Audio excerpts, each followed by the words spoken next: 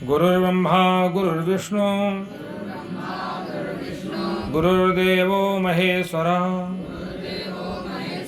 गुरुः साक्षात् परब्रह्म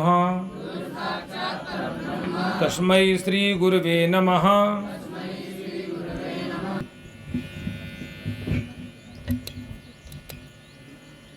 भगवान कहते हैं श्रेयान् द्रव्यमयाद्यज्ञात् ज्ञान यज्ञः परन्तप सर्वं कर्माखिलं पार्थ ज्ञाने परिसमाप्यते। कहते हैं अर्जुन,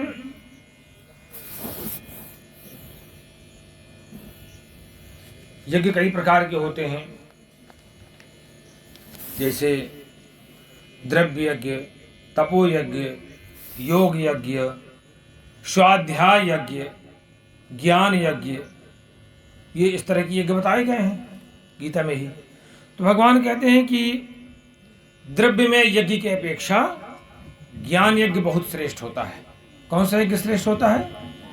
हाँ भाई, आप द्रव्य में यज्ञ करेंगे तो पहले तो पैसा इकट्ठा करना पड़ेगा, इसके बाद पूरी उसकी व्यवस्था दीजिए, सारे संसाधन जुटाइए, तमाम तरह की मशीनरी लगाइए, ऊर्जा लगाइए, तब जाकर यज्ञ संपन्न हो पाएगा।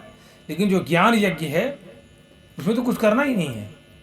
चाहे जहाँ पर बैठ कर, जिस स्थान में बैठ करके ज्ञान अर्जित करना और उसका चिंतन मनन करना प्रारंभ कर दीजिए, उससे अच्छा परिणाम आएगा द्रव्यमय यज्ञ की अपेक्षा। भगवान कहते हैं कि द्रव्यमय यज्ञ की अपेक्षा ज्ञान यज्ञ अत्यंत श्रेष्ठ है, क्योंकि अखिलम सर्वम कर्म ज्ञाने परिसमाप्ते, क्योंकि जितने भी सभी प्रकार के कर्म हैं वो ज्ञान में ही परिसमाप्त हो जाते हैं, ज्ञान में ही परिसमाप्त हो जाते हैं।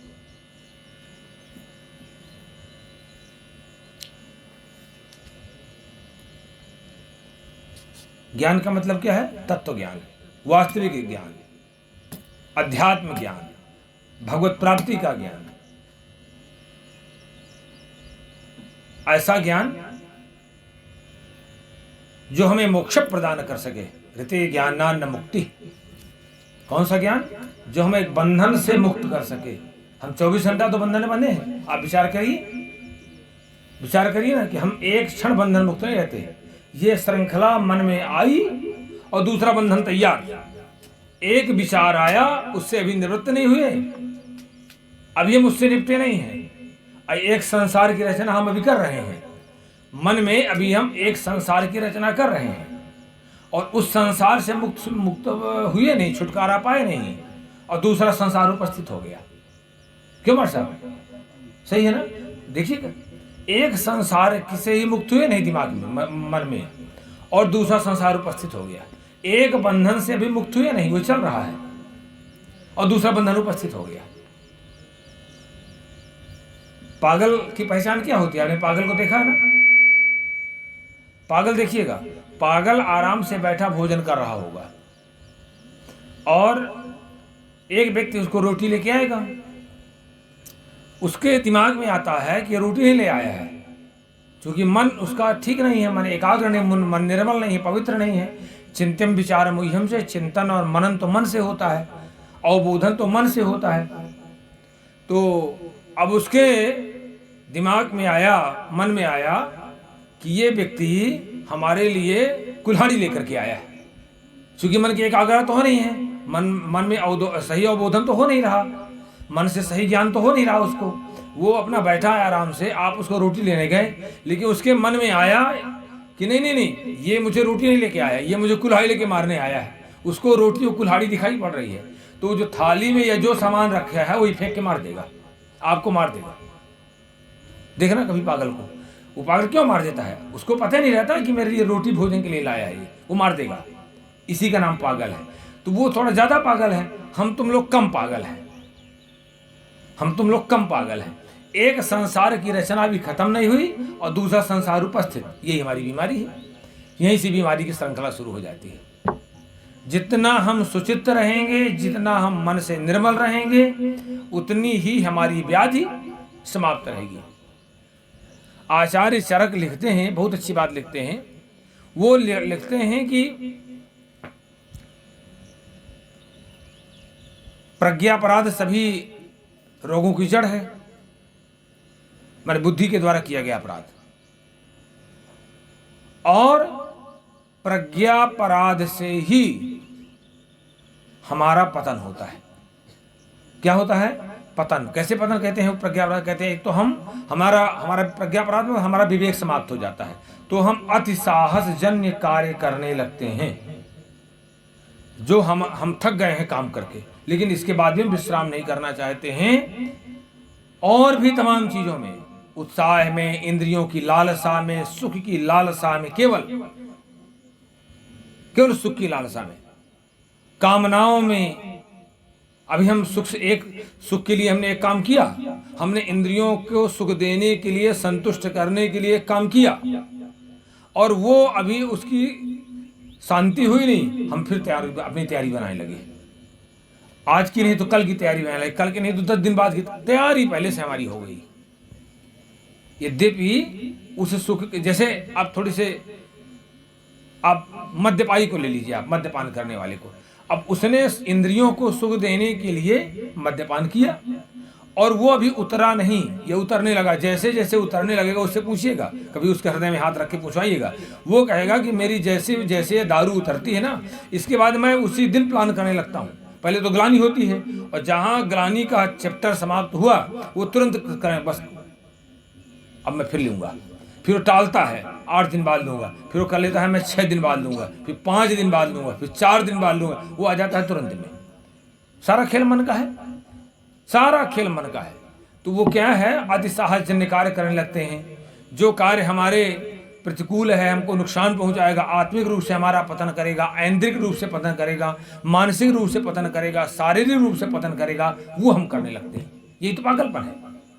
और जैसे जैसे हमारा विवेक जागृत होता जाए, और विवेक जागृत होने का एकमात्र साधन है भगवत भजन, क्योंकि भगवान परम विवेकी हैं। आप जैसे जैसे जैसे उनके सन्निकट पहुंचते जाएंगे, जैसे जैसे, एक हमने कहीं पढ़ा था ना, हमने लिखवा भी रखा था कि बस में जब आप जितनी दूर बैठते हैं वैसे वैसे झटके लगते हैं, काफ़ी पीछे बैठते हैं, और जैसे जैसे ड्राइवर के नज़दीक होते जाते हैं झटके कम हो जाते हैं। इसीलिए कम होते रहते हैं ना, क्योंकि भगवान के संचालक की यंत्री के नज़दीक हम पहुंचते गए तो झटके हमारे कम होना शुरू हो जाते हैं ना 10।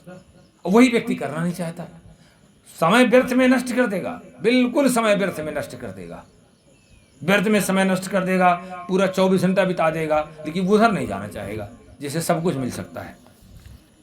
तो भगवान कहते हैं कि ये मैं चर्चा कर रहा था ज्ञान की चर्चा में ही यहाँ तक बात तो आ गई। मैंने क्यों किया? ऋते ज्ञानान्न मुक्ति। मैंने कहा ना कि सर्वम कर्माखिलम पार्थम ज्ञाने परिसमाप्ते, वेदांत सार में कहा गया है कि ऋते ज्ञानान्न मुक्ति, ज्ञान के बिना मुक्ति, ऐसा ज्ञान जो हमें मुक्ति प्रदान कर दे, इस बंधन से मुक्त कर दे, हमारी दिमागी उलझन हटा दे। काम तो हमें करना है, लेकिन उलझन रहित, रजोगुण रहित, तमोगुण रहित हम कार्य करें, तमोगुण से मुक्त होकर कार्य करें, सतोगुण में रहते हुए काम करेंगे, परम संतुष्टि मिलेगी और काम ज्यादा हो जाएगा, कार्य की क्षमता बढ़ जाएगी, काम ज्यादा आपका हो जाएगा।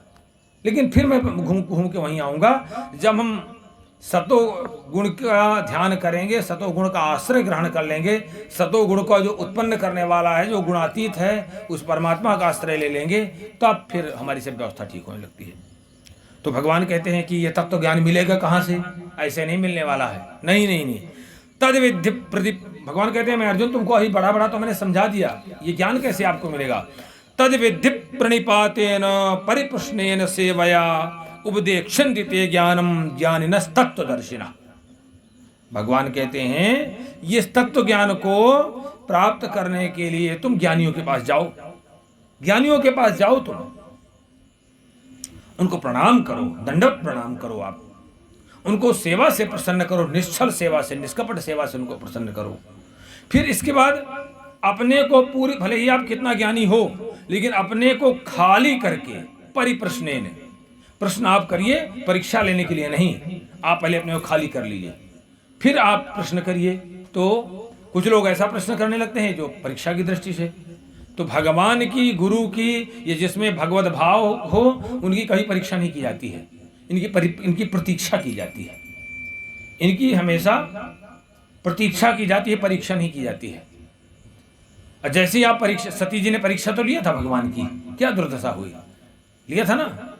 सती जी ने भगवान शिव की बात भी न मान करके कल्याण की बात, शिव माने कल्याण, एक साक्षात कल्याण आपको मना कर रहा है, भले ही आप क्यों ना सत्य हो, भले ही आप सत्य को आना हो, चाहे जितने आप सत्य हो, लेकिन अगर आपको कल्याण को मना कर रहा है, आपको कल्याणकारक तत्व मना कर रहा है, इसके बाद भी आप परीक्षा ले, कुछ भी आप गड़बड़ करने जा रहे हो, तो पतन तो आपका निश्चित है।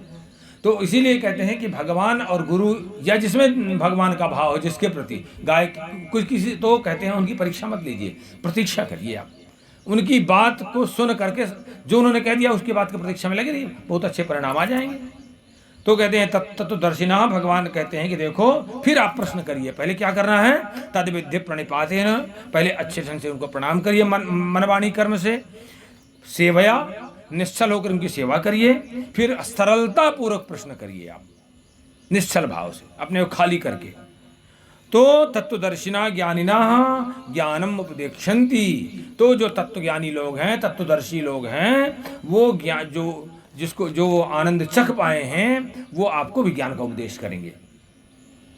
और जब तुमको जैसे जैसे उस मार्ग तुमको पकड़ा देंगे, और जैसे उस मार्ग में बढ़ जाओगे ना, तो यज ज्ञात्वा न पुनर्मोहम एवं यास्यसि पांडव, पांडव अर्जुन, तुमको फिर जिस तरह का तुम्हें अभी ज्ञान पैदा हुआ ना, तो इस तरह का मोह तुम्हें अज्ञान दोबारा नहीं होगा। अगर तुम ज्ञान धीरे धीरे तुम्हारा पुष्ट हो गया, फिर जो तुम्हें ज्ञान मिल जाए, तो कहते हैं भगवान उसको पुष्ट करते रहिए, उसको क्षीण मत होने दीजिए, उसको क्षीण नहीं करना चाहिए। एन भूतान्य शेषेण दृक्षस्यात्मन्यथो मयिवा, क्या कहते हैं भगवान, कहते हैं कि जब तुमको ज्ञान प्राप्त हो जाएगा ना, तो सब जगह मुझे देखोगे तुम, संपूर्ण प्राणियों में, संपूर्ण जगत में पूरे निश्चेष भाव से मुझको मेरा दर्शन करने लगोगे। और जब सब जगह मेरा ही दर्शन तुमको होने लगेगा, तो बस अब क्या है, तुम्हारी मुक्ति, सारे बंधन से मुक्त। संसार में मोक्ष का मतलब, कहीं आदमी मर के, मोक्ष का मतलब वो भी है अगला जन्म, हम जन्म बंधन से मुक्त हो जाए, कर्म बंधन से मुक्त है, लेकिन उसका साधन आपको यही बनाना पड़ेगा, साधन आपको यही बनाना पड़ेगा। दूसरी योनि में साधन नहीं बनने वाला आपका, इसी योनि में साधन बनाना पड़ेगा इसका। फिर भगवान कहते हैं कि यहां तक बात हो गई ना, कि मुझको सब जगह देखने लगोगे। फिर कहते हैं कि तुम्हारी ये अवस्था हो जाएगी, ये किसी की भी ये अवस्था हो जाएगी, अपिचेदसि पापेभ्या सर्वेभ्या पाप कृत्तमः सर्वं ज्ञान प्लवेनैव वृजिनम समतरिष्यति। भगवान कहते हैं तुम फिर चाहे जितना बड़ा पाप कर चुके हो, चाहे जितना बड़ा पाप तुम करने वाले हो, जब तुम्हारी ये स्थिति आ जाएगी, तो ज्ञान प्लवेन, ज्ञान रूपी नौका के द्वारा सर्वम वृजनम संतरिष्यति, तुम पाप समुद्र को भी पार कर जाओगे। आप देखिएगा, अपना बच्चा, जब हम पूरी तरह से भगवान के बच्चे बन जाएंगे, तो ये मान लें कि हम उनकी संतान हैं, पूरी तरह से हम उनको समर्पित हो जाइए, तो आप देखिएगा किसी पिता निकल रहा हो और उसका बच्चा चाहे जितना कीचड़ में लिपटा पड़ा हो, तुरंत उठा लेगा। ये नहीं ध्यान देगा कि नहीं, यह कीचड़ में लिपटा पड़ा है, कि ध्यान देगा, वो नहीं ध्यान देगा, बल्कि और बहुत अच्छा साफ कर देगा। यही स्थिति भगवान की है, यही स्थिति भगवान की है। अगर हम पूरी तरह से भगवान के हो जाएं, चाहे जितने कीचड़ पहले से सने रहे हों, चाहे जितने कीचड़ में, वो भगवान साफ सफाई कर देते हैं। वो ये नहीं ध्यान देते हैं कि नहीं कि ये मेरा भक्त किस तरह का रहा है, नहीं, वो तुरंत साफ सफाई करके गोद में उठा लेते हैं। और जहाँ भगवान की गोद में हो गए, फिर आप बैठिए, उस पुत्र का जो है आनंद देखिए आप, जब वो पिता की गोद में हो जाता है, कितना उसका बल, आत्मबल हो जाता है, कितना वो अच्छा हो जाता है। और यही हम करते नहीं हैं, यहीं तक हम पहुँचना नहीं चाहते हैं। केवल आप भजन के माध्यम से, उत्तम चिंतन करने के माध्यम से, सभी प्राणियों का हित और कल्याण चिंतन करके, लोक सेवा यज्ञ करके, लोक कल्याण की भावना रख कर, नहीं करना जो भावना रख करके ही यहाँ तक आप पहुँच सकते हो। सेवा करके, लोक कल्याण की भावना रख के देखिए। नहीं ज्ञानेन सदृशम पवित्रमिह विद्यते तत्स्वयं योग संसिद्धा कालेन आत्मनिविन्दति। भगवान कहते हैं इस संसार में तत्व ज्ञान से, उस ज्ञान से, तत्व ज्ञान मतलब ऐसा ज्ञान जिससे मोक्ष प्राप्त हो सकता है, जिससे हमारी अविद्या का नाश हो सकता है, अज्ञान का नाश हो सकता है, जिससे हमारा भ्रम दूर हो सकता है, जिससे कम से कम हमें रस्सी तो रस्सी दिखाई पड़े, सांप तो न दिखाई पड़े, सूती में हमें चांदी तो न समझ में आवे, हमें सूती में पता चले कि लेयर है, हमें संसार की अनित्यता का तो भास हो सके, हमें ये तो पता चले कि नहीं संसार परिवर्तनशील है, ये भी अच्छा है, ये भी ठीक है, कल जो आएगा वो भी ठीक रहेगा, आज जो पीछा रहा वो भी हमारा ठीक रहा, कम से कम ये स्थिति तो समझ जाए। भगवान कहते हैं इस ज्ञान सदसम पवित्र में विद्यते, कहते हैं इस तरह से ज्ञान के समान पवित्र करने वाला कुछ भी नहीं है। कालेन योग संसिद्धा स्वयं आत्मनिविन्दति, कितने ही लोग इस तरह से कर्मयोग के द्वारा, ज्ञान में क्या, केवल एक छोटा सा काम, निष्काम कर्म, निष्काम कर्म, स्वार्थमय काम नहीं, निष्काम कर्म, निष्काम कर्म के द्वारा अंतःकरण की निश्चित शुद्धि होती जाती है, अंतःकरण परम पवित्र होता है। काम तो करना, ये थोड़ी कहना है कि ऐसे हाथ में हाथ रख, उसका तो भगवान विरोध करते हैं। हाथ में हाथ रख करके बैठने का आलसी व्यक्ति का तो भगवान परम विरोध करते हैं। तभी तो वहां पर कह दिया उन्होंने कि कर्मेंद्रियाणि संयम्य यास्ते मनसाचरण इंद्रियार्थान विमूढ़, पीछे निकल गया ना, इंद्रियार्थान विमूढ़ात्मा मिथ्याचार सा उच्यते। जो अकर्मण्य है और वो साधना का दिखावा करके बहाना लेके अकर्मण्य हो गया है, तो भगवान कहते हैं मिथ्याचारी है, क्योंकि इंद्रियों के सुख के लिए तो सब कुछ चाह रहा है, वो अपने सुख के लिए तो सब कुछ चाह रहा है। वो जब सब कुछ चाह रहा है, उधर काम का जहां से चाह रहा है उसकी सेवा के लिए कुछ नहीं। इसीलिए मैं आपको बहुत एक बात बता दूं, सन्यासी के लिए साफ लिखा हुआ है, उसको इतना जप तो करना ही है लोक कल्याण के लिए। जिस संसार से आप सब कुछ ले रहे हो, उस संसार के हित के लिए आपको इतना जप तो करना ही है, ऐसा है शास्त्र में लिखा हुआ है। भगवान कहते हैं, इतना तो लोग बहुत जानते हैं ना, श्रद्धावान लभते ज्ञानम, लेकिन पूरी बात समझिए भगवान के शब्दों में। श्रद्धावान लभते ज्ञानम तत्परः तं संयतेन्द्रिया ज्ञानम लब्ध्वा पराम शांतिम अशरेणाधिगच्छति। कहते हैं श्रद्धावान लभते ज्ञानम, केवल श्रद्धा से ही ज्ञान की प्राप्ति, श्रद्धावान व्यक्ति ज्ञान की प्राप्ति कर पाता है। अब श्रद्धा किसे कहते हैं, आपके प्रश्न अगला आ जाएगा ना कि श्रद्धा क्या है। तो गुरुदेव वेद शास्त्र वाक्येषु विश्वासम नाम श्रद्धा।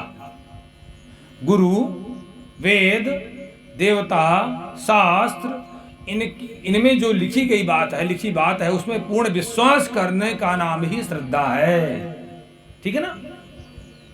तो कहते हैं श्रद्धावान लभते ज्ञान, श्रद्धावान व्यक्ति ज्ञान को प्राप्त कर लेता है।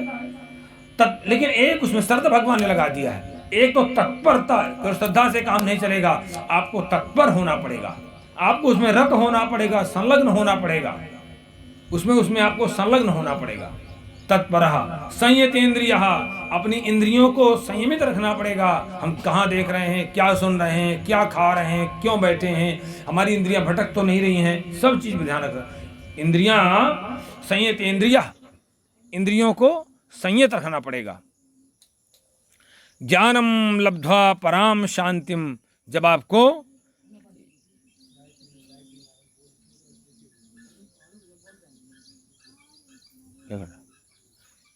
ज्ञानम लब्ध्वा पराम शांतिम अचिरेणाधिगच्छति। भगवान कहते हैं कि इस तरह से ज्ञान को प्राप्त करके व्यक्ति परम शांति को शीघ्र ही प्राप्त कर लेता है, यहीं शीघ्र ही। पर अपने को हमेशा सचेत रखना पड़ेगा, सचेत आपको हमेशा रखना पड़ेगा। हम कहाँ जा रहे हैं, हमारी आंखें क्या सोच रही हैं, हमारी आंखें क्या देख रही हैं, हमारा मन क्या सोच रहा है, क्या निरर्थक निस्सार बात तो नहीं सोच रहा है, इसका कोई मतलब तो नहीं है। ये आप देखिए, हम कहते हैं कि दिन भर 24 घंटे हम व्यस्त रहते हैं। अब काम की बात, आप केवल जो व्यस्तता है हमारी वो ज़्यादा से ज़्यादा 4-6 घंटे की होती है 24 घंटे में, बहुत एकाग्र व्यक्ति। बाकी तो हम व्यर्थ में हमारे अपने इंद्रियों को लगाए रहते हैं, व्यर्थ में लगाए रहते हैं। काम कुछ कर रहे हैं, मन कहीं दूसरे का भटका रहे हैं। काम कहीं कर रहे हैं, आंखें कहीं दूसरी जगह चल रहा है, चित्त कहीं दूसरी जगह चल रहा है। ठीक है ना। अज्ञश्चाश्रद्धानश्च संशयात्मा विनश्यति नायम लोकोस्ति न परो न सुखम संशयात्मना। भगवान कहते हैं जो अज्ञानी व्यक्ति, अज्ञानी किसे कहेंगे? विवेकहीन। अज्ञानी माने विवेकहीन जो व्यक्ति है, और जो श्रद्धा, दोनों, एक तो विवेकी होना, विवेकी, और जो श्रद्धाहीन व्यक्ति है वो संशय में हमेशा रहता है। ऐसा होगा कि नहीं होगा? गुरुजी ने कह दिया कि तुम इसको जपो, होगा कि नहीं होगा? ले वहीं से पहले आपने बिगाड़ दिया। गुरुजी ने कह दिया कि शास्त्र में ऐसा हमने पढ़ा है, होगा कि नहीं होगा? क्योंकि विवेक नहीं है ना उसका, स्थिरमति नहीं है ना वो। भगवान है कहेंगे कि ऐसा व्यक्ति मुझको बहुत प्रिय है, जो स्थिरमति। आगे बहुत अच्छा, जब 12वें अध्याय में चलेंगे देखिएगा। तो ऐसा व्यक्ति संशयात्मा विनश्यति, ऐसा व्यक्ति बिल्कुल पतन की ओर चला जाता है, अपने आप को नष्ट कर देता है। कोई दूसरा उसको नष्ट नहीं करता। अज्ञानी व्यक्ति और विवेकहीन व्यक्ति अपने आप को अपने आप नष्ट कर लेता है। आप देखिए, चाहे आप रोगी होने में देखिए, चाहे कहीं पर आप देखिए, अपनी अवनति में देखिए, स्वयं दोषी होता है व्यक्ति। कोई किसी को अवनति की ओर नहीं ले जाता। नयम कहते हैं संशयात्मना, नायम, वाह, संशयात्मा, संदेह में घिरा हुआ व्यक्ति, संशयी व्यक्ति ना तो इस लोक में सुख को प्राप्त करता और ना ही परलोक में सुख शांति को प्राप्त करता। अच्छा, परलोक वहाँ कहाँ पर है बताइए? परलोक कहाँ है? ऊपर। कहाँ पर है? कहाँ पर है परलोक? अरे भैया, परलोक अभी तो हम इस लोक में है ना, अभी थोड़ी देर बाद परलोक में जाने वाले हैं। जो हमारा अगला चरण आने वाला है, अभी हम यहाँ बैठे हैं ना, अभी इस लोक में, अभी यहाँ से उठ के वहाँ जाने वाले हैं, वो परलोक हो गया। लोक माने स्थान, लोक माने संसार, जहाँ कोई रचना होती है। अभी परलोक उसके तो बाद में सोचिएगा, अगले जन्म को। परलोक का अर्थ पहले आप यहाँ सोचिए, अभी हम यहाँ पर हैं, अभी थोड़ी देर परलोक में जाने वाले हैं।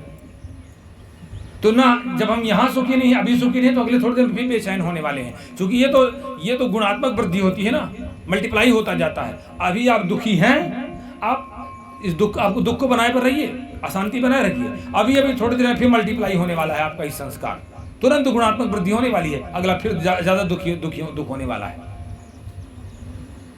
फिर अगला दुख होने वाला है।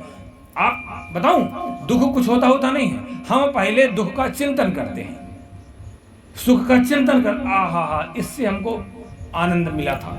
अरे भैया, कोई चीज अब आपने आनंद तो नहीं मिला था, ये इससे हमें इंद्रियां हमारी सुखी हुई। वो कैसा समय था मेरा, आपने वो सोचा, बस बहुत देर तो स्थायी तो रहोगे नहीं उस चिंतन में, बस थोड़ी देर बाद आपको मिटने वाला है, थोड़ी देर दुख आने वाला है। इसी तरह से दुखी कैसे देखिएगा, दुखी व्यक्ति कैसे होता है? उस फलाने ने मुझे गाली दिया था, फलाने से मैं झगड़ा किया था, फलाने ने मेरे साथ मारपीट किया था, फिर उसको सोचेगा, फिर उसे मल्टीप्लाई करेगा। करता है कि नहीं करता है? यही भगवान कहते हैं ऐसे व्यक्ति तो न तो इस लोक में सुख मिलता है, वो संशयी व्यक्ति है ना, संदेहात्मा, तो कहते हैं न अयम लोकः अस्ति सुखम और न परः सुखम अस्ति। कहते हैं ना उसको यहाँ पर सुख मिलने वाला है, ना उसको अभी थोड़ी देर में सुख मिलने वाला है। इसलिए भगवान कहते हैं, हम दवाई भी बता रहे हैं। भगवान क्या बता रहे हैं? योग संन्यस्त कर्माणम ज्ञान संचिन्न संशयम आत्मवंतम न कर्माणि निबध्नन्ति धनंजय। भगवान कहते हैं अर्जुन, धनंजय, मैं तुमको दवाई बता रहा हूं। योग संन्यस्त कर्माणम, कर्म योग की विधि से, कर्म योग की विधि समझ गए है ना? निष्काम कर्म करना, कोई भी आशा रहित कर्म करना, फल की आशा रहित कर्म करना, वो कर्मयोग है। फल की आशा रहित कर्म करना, बिल्कुल जैसे ही आपके मन मस्तिष्क में आवे कि मुझे इस कर्म का ये फल चाहिए, वहीं अपनी चाटा मार लीजिए, आप तुरंत लौट पड़ेंगे वहां से। क्यों ऐसा सोचते हो? मन को डांटिए ना, क्यों ऐसा सोचते हो? अरे भैया, इतना तुम सोचो, तुम अगर अच्छा कर्म कर रहे होगे तो फल अच्छा मिलेगा। बीज अच्छा डालोगे, जिस चीज का बीज डालोगे वही होगा।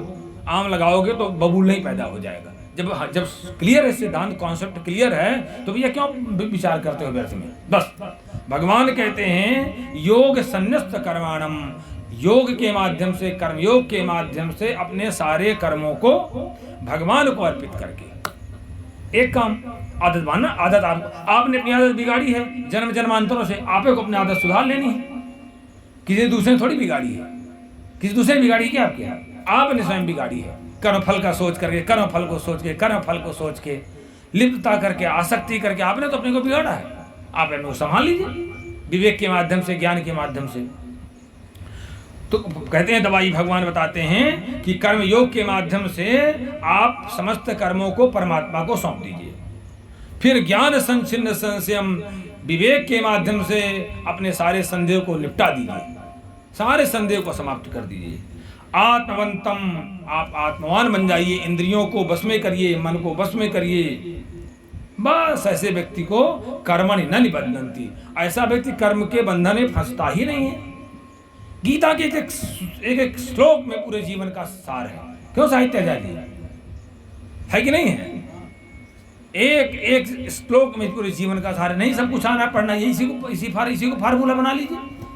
योग संन्यस्त कर्माणम ज्ञान संचिन्न संशयम आत्मवंतम न कर्माणि। आत्मवान किसे कहते हैं? जिसका मन और इंद्रियां बस में है, उसको कहते हैं आत्मवान।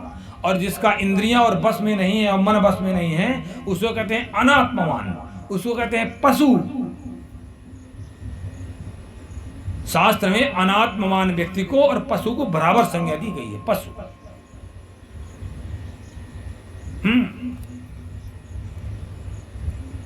तस्मात् ज्ञान संभूतम हृतम ज्ञानाशिनात्मना चित्तैनम संशयम योगम आतिष्ठो तिष्ठ भारत।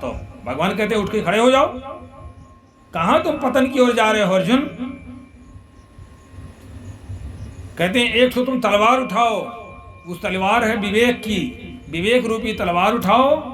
असिन माने तलवार, अपनी तुम ज्ञान माने विवेक रूपी तलवार उठाओ, और जो तुम्हारे हृदय में स्थित अज्ञान है उसको विनिष्ट क्षिप्तहीनम संशयम, उससे संदेह जो पैदा हुआ है उसको काट डालो। और जब काट डालोगे, इसके बिना आपको योग सिद्धि होने वाली नहीं है, उसके बिना आप योगी बनने वाले नहीं हो। योगम आतिष्ठो तिष्ठ भारत। जब तुम अपने ये कर लोगे तो कहते हैं योग में स्थित हो जाओ। योगम आतिष्ठ, तुम योग में स्थित हो जाओगे। योग क्या है? समत्व भाव में स्थित हो जाओगे, निष्काम कर्म करने लगोगे, आसक्ति से मुक्त हो जाओगे।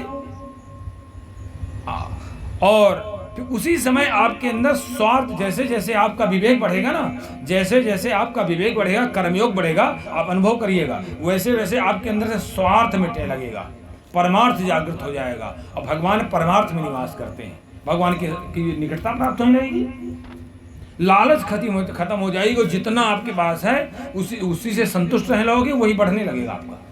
और बस यही बीमारियां हैं। पहले बीमारी मन में आती है। पहले आप देखिएगा, पहले आप लंबे समय आप बुखार वाले को देखिएगा, जिसको बुखार आने वाला है वो पहले बता देगा मुझे बुखार आने वाला भैया।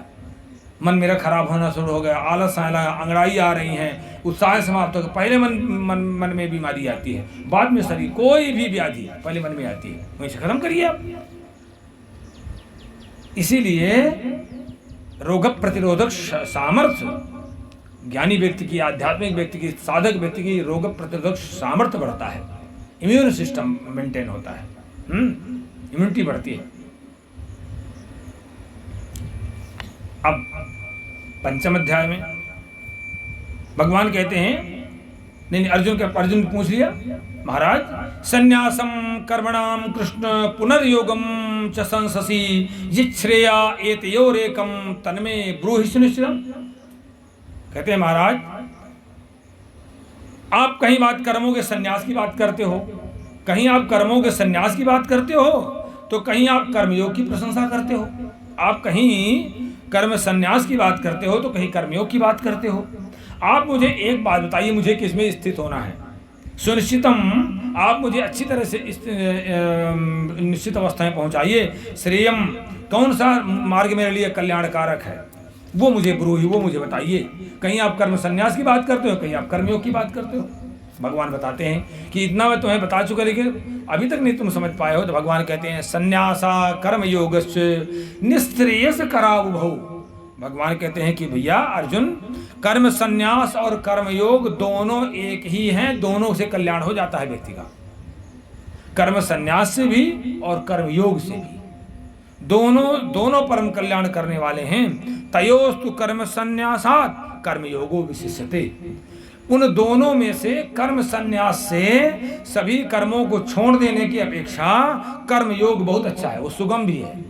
आप काम भी करते जाओ, भगवान को भी पाले हो, काम भी करते जाओ, भगवान को पाले हो, क्या दिक्कत है? कर्मयोग करते जाओ, जो भगवान ने आपको काम दिया भगवान को पाले हो। इसलिए भगवान कहते हैं कर्म संन्यास से कर्मयोग अच्छा है। क्यों? अब आपको कर्मयोग कैसे पाना है? भगवान कहते हैं ज्ञेयः सनित्य सन्यासी ये अनुदेष्टि न कांक्षति निर्द्वंदो ही महाबाहो सुखम बंधात् प्रमुच्यते।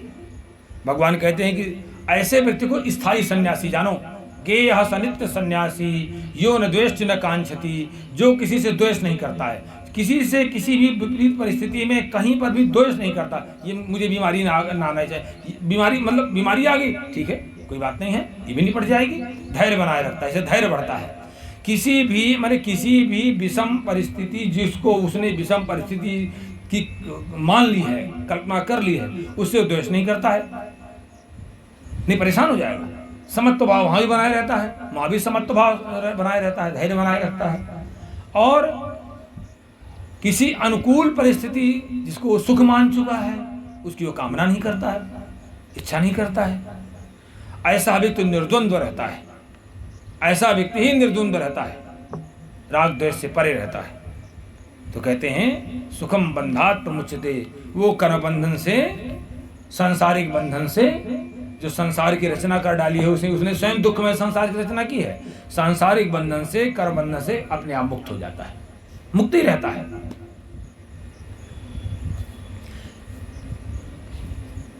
सांख्य योगौ पृथक बाला प्रवदन्ति न पंडिता एक अभ्यासिता सम्यक उभयोर्बिंदते फलम। भगवान कहते हैं कि देखो, जो कुछ मूर्ख लोग हैं वो सन्यास और कर्मयोग को अलग अलग कहते हैं। कुछ लोग सन्यास और कर्मयोग को अलग अलग कहते हैं। कर्मयोग क्या है? निष्काम, कोई कामना रहित होकर के काम करना और पूरे कर्म भगवान को समर्पित कर देना, ये आपका कर्मयोग है। सन्यास क्या है? कुछ भी न करना, सभी कर्मों के फल का त्याग करना, ठीक। तो भगवान कहते हैं सन्यास और कर्मयोग को कुछ मूर्ख लोग जो हैं अलग अलग फल देने वाला कहते हैं, लेकिन जो पंडित लेकिन जो विद्वान और विवेकी लोग हैं, एक वो क्या कहते हैं? एकम अपि सम्यक आश्रिताः, कोई व्यक्ति अगर एक मार्ग को जिसने पकड़ लिया है, एक मार्ग को, उभयो फलम विन्दते, वो दोनों के फल को प्राप्त कर लेता है, आनंद से प्राप्त कर लेता है। अगला जो श्लोक है वही भाव है उसका।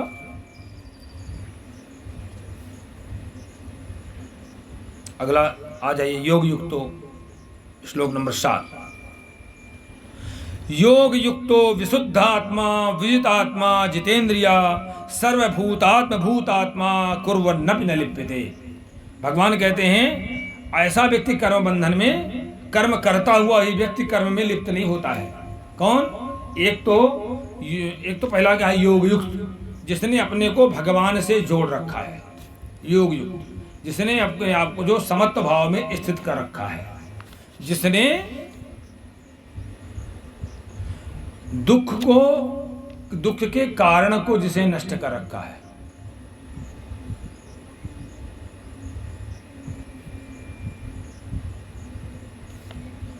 जिसने मोक्ष के प्रवर्तन के मार्ग पर चल दिया है, ऐसा व्यक्ति। तो कहते हैं जो व्यक्ति योग युक्त हो गया है, सीधे सीधे नहीं कुछ आना है, नहीं बहुत जाना है, भगवान से अपने को जोड़ रखा है जिसने, ऐसा मान लीजिए। विशुद्ध आत्मा, जिसका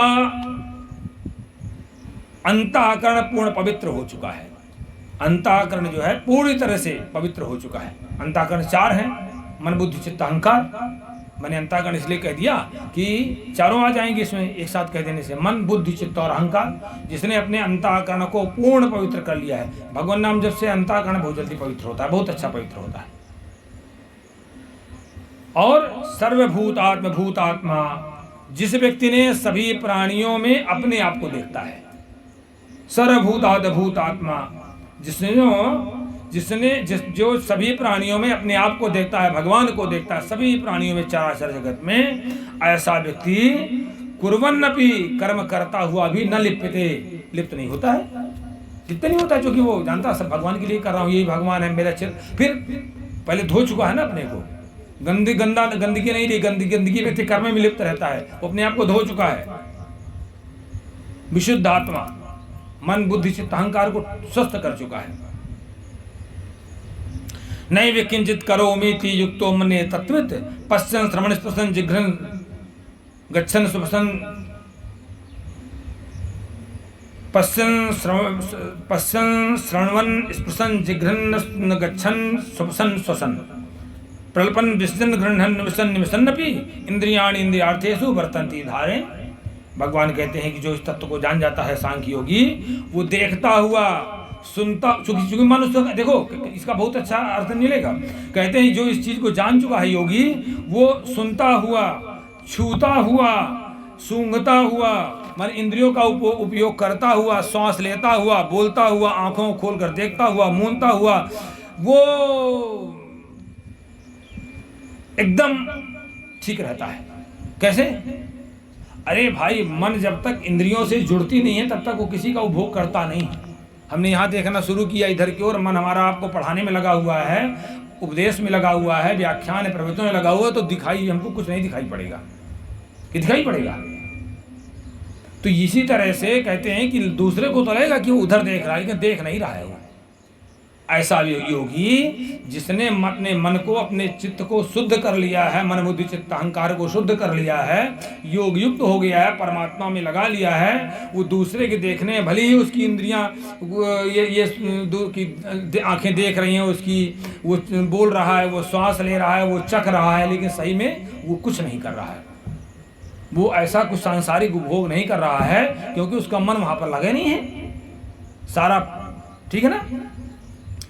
इति मन्यत किंचित न करोमि, निसंदेह जो है वो समझता है कि मैं कुछ करता ही नहीं हूं। क्योंकि वो क्या करता है? ब्रह्मण्याधाय कर्माणि संगम त्यक्त्या करोत्या लिप्यते न स पापेन पद्मपत्रमिवाम्भसा। भगवान कहते हैं कि ब्रह्मण्याधाय कर्माणि, वो काम क्या करता है? मन तो परमात्मा में लगाए हुए, सब काम भगवान का मान के कर रहा है, तो वो अपने सभी कर्मों को परमात्मा में अर्पित कर दिया है। अब काम वो परमात्मा कर रहा है, तो संगम त्यक्त्वा, सांसारिक आसक्ति को त्याग कर चुका है कि ये काम मैं संसार के लिए कर रहा हूँ, अपने लिए कर रहा हूँ, अपने परिवार के लिए कर रहा हूँ, अपने इंद्रियों के सुख के लिए कर रहा हूँ। ऐसा भाव बना चुका है। इस भाव को लगातार पुष्ट कर रहा होता है, तुष्ट कर रहा होता है, प्रीणन कर रहा होता है, पोषण कर रहा होता है। ठीक? तो ऐसा व्यक्ति करोति सा, वो आसक्ति को त्याग करता हुआ व्यक्ति वो इस तरह रहता है जैसे अम्बसा पत्र में पाप में लिप्तति, वो किसी पाप में लिप्त ही नहीं होता। जैसे कमल पत्र कितना सुंदर उदाहरण है। कमल कहाँ से पैदा होता है? पानी से होता है ना। लेकिन आप उसे पानी डालिए, रुकता है पानी? नहीं रुकता है। क्यों नहीं रुकता है? देखिए, वो उसी में लिप्त है, उसी में डूबा हुआ है, उसी से उत्पन्न है वो, लेकिन पानी डालिए बिल्कुल नहीं। भगवान ने कितना सुंदर उदाहरण ढूंढा है ऐसा, चूंकि वो पानी में लिप्त रहते हुए डूबे। और एक भी उसकी विशेषता देखिए, आप रात भर में खूब पानी, मनमानी पानी बरस जाने दीजिए, तालाब में जहां पर कमल लगा होगा वो कभी डूबेगा नहीं। उसमें डूबता है, तुरंत ऊपर चढ़ जाएगा। इसी तरह से हमको चढ़ जाना होता है। जितना ही हमारे ऊपर सांसारिकता लदे, उसे हमको और ऊपर उठा लेना है। अभ्यास करना पड़ेगा उसका। भगवान आए कहेंगे अभ्यास करना, और लदे और ऊपर उठा लेंगे। उसी में वो आपको ही करना पड़ेगा।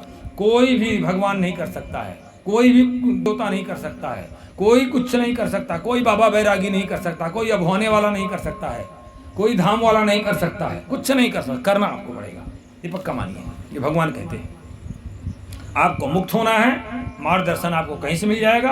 आप धीरे धीरे वहीं से उठना शुरू करिए। पद्मपत्र में वाम मसा, क्यों साहित्याचार्य जी? सही है ना?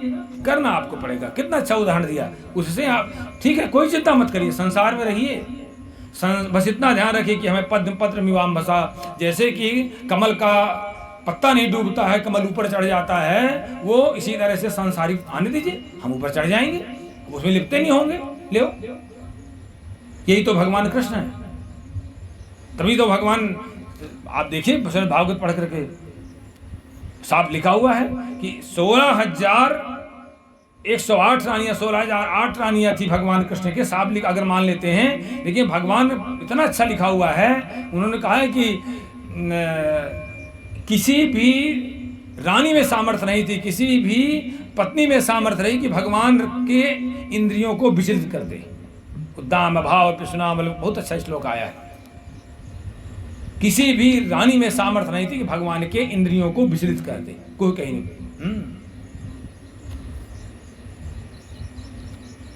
ये भगवान की विशेषता है कि भगवान दिखाई संसारी व्यक्ति को ये लगेगा अरे वो तो महिलाओं के बीच में है। युक्तः कर्म फलम त्यक्त्वा शांतिमाप्नोति नैष्ठिकीम अयुक्तः काम कारेण फले सक्तो निबद्धते। भगवान कहते हैं जो कर्मयोगी है, युक्ता जो योगी है ना, वो कर्म फलम त्यक्त्वा, कर्म के फल को त्याग करके नैष्ठिकीम शांतिम प्राप्नोति। नैष्ठिकीम माने एकांतिकीम, एकांतिकीम शांतिम, एकांत की शांति को प्राप्त कर लेता है, माने न समाप्त होने वाली अक्षुण शांति को प्राप्त कर लेता है। एकांतिक शांति को प्राप्त कर, किसी जन्म में वो शांति समाप्त नहीं होती आपकी, किसी जन्म में। भगवान दवाई है बताते जा रहे हैं रोगियों को, जो जितना बताइए सब कोई रोगी है ना, जब रोगी है तो भगवान दवाई बताते हैं। अब न खाओ वो बात आप अलग है, और उसमें पैसा भी नहीं लगना है, कहीं जाना भी नहीं, अभ्यास करना है। हाँ, भगवान कहते युक्ता कर्म फलम त्यक्त्वा शांतिम। इस तरह से जो युक्त हो जाता है, भगवान से जुड़ जाता है, वो कर्म फलम त्यक्त्वा, वो कर्म फल का त्याग करने लगता है। नैष्ठिकीम शांतिम आपनोति, एकांतिक शांति को प्राप्त कर लेता है। लेकिन जो अयुक्त है, जो अयोगी है, जो भगवान से सांसारी व्यक्ति है, जो संसार में ही लिप्त है, वो काम कारेण, वो कामना की प्रेरणा से, कामनाओं से, इच्छाओं से कुचला जाता है, उसको रौंदा जाता है। उसकी इच्छाएं, उसकी इंद्रियां उसको रौंदती रहती हैं। अब ये नहीं पूरा हुआ, अब ये सुख नहीं तुमने प्राप्त किया, अभी आज तुमने ये सुख तो प्राप्त कर लिया, आज अच्छा लगा, अभी कल कर लूँगा, अभी कल लूँगा। इसके लिए कोई अर्थ नहीं, उसकी कोई उपयोगिता नहीं जीवन में। उसी को सुख मान रहा है वो, जिससे आपका पतन हो रहा है, जिससे आपका शारीरिक क्षय हो रहा है। आप ये भोजन कर रहे हो, अब दोबारा करो। हमारे पास एक कल रोगी आए थे, हम तो हमारे पास तो रोजे समझ ऐसे आते हैं, हमने उनको बड़ा समझाया। हमने उनसे एक प्रश्न पूछा, हमने कहा कि आप जो है एक महीने में कितनी मिठाई खा लेते हैं? उन्होंने कहा अरे आप एक दिन, उसने स्वयं कहा, उन्होंने कहा आप एक दिन की, एक महीने की बात करते हैं, मैं रिकॉर्ड हो रही बात उनके पास पहुंच भी जाएगी। वो कहेंगे, वो कहते हैं अरे आप एक महीने की बात कर रहे हैं, रोज की बात मुझसे पूछिए मैं कितनी मिठाई खाता हूँ। अच्छा रोज भी बता दीजिए, बोले 150 ग्राम। हमने कहा तब तो ठीक है, सीताराम है। हमने कहा मैंने आपको कितना अच्छा ठीक किया है, और आपके बेटे ने कितना समर्पण किया कि आपको सब तरह से मुक्त कर दिया, दवाइयों से, शुगर से, जो कहीं न कहीं किडनी में इन्फेक्शन आ चुका था उससे, क्रिएटिनिन थोड़ा था, चलने फिरने लगे। मैंने कहा आप तो बर्बाद हो जाओगे फिर से। हमने कहा अच्छा, मैंने उनको उपाय बताया बहुत अच्छा। मास्टर साहब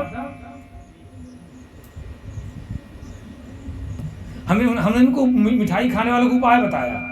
हमने कहा आपको मिठाई खाना है ना, तो कहने कि हाँ। हमने कहा उपाय बताया। मैंने कहा मिठाई का स्वाद जीभ से नीचे तो आता नहीं, किसी को जीभ से नीचे आता है?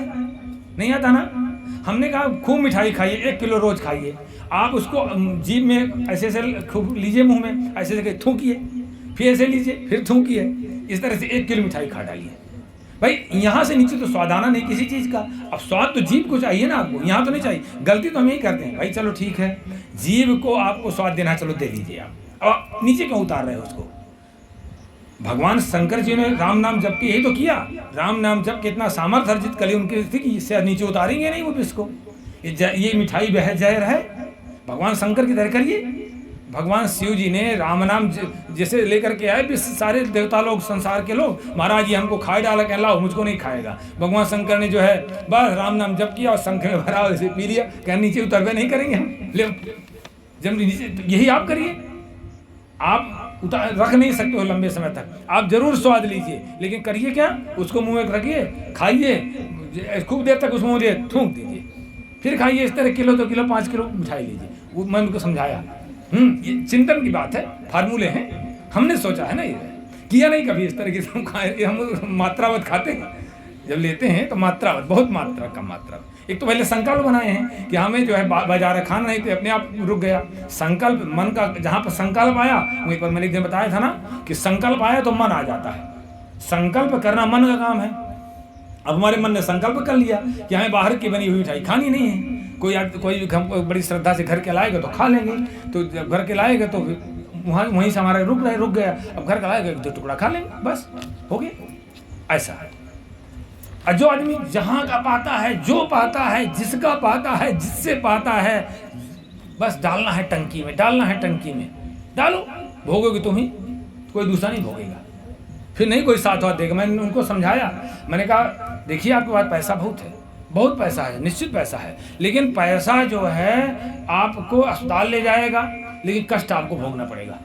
शरीर आपका ही कष्ट भोगेगा, मन आपका ही कष्ट भोगेगा, कि दूसरा कोई भोगेगा। माँ साहब खा लो। अब समझ में आई होगी बात, अगले महीने पता चलेगा उनका।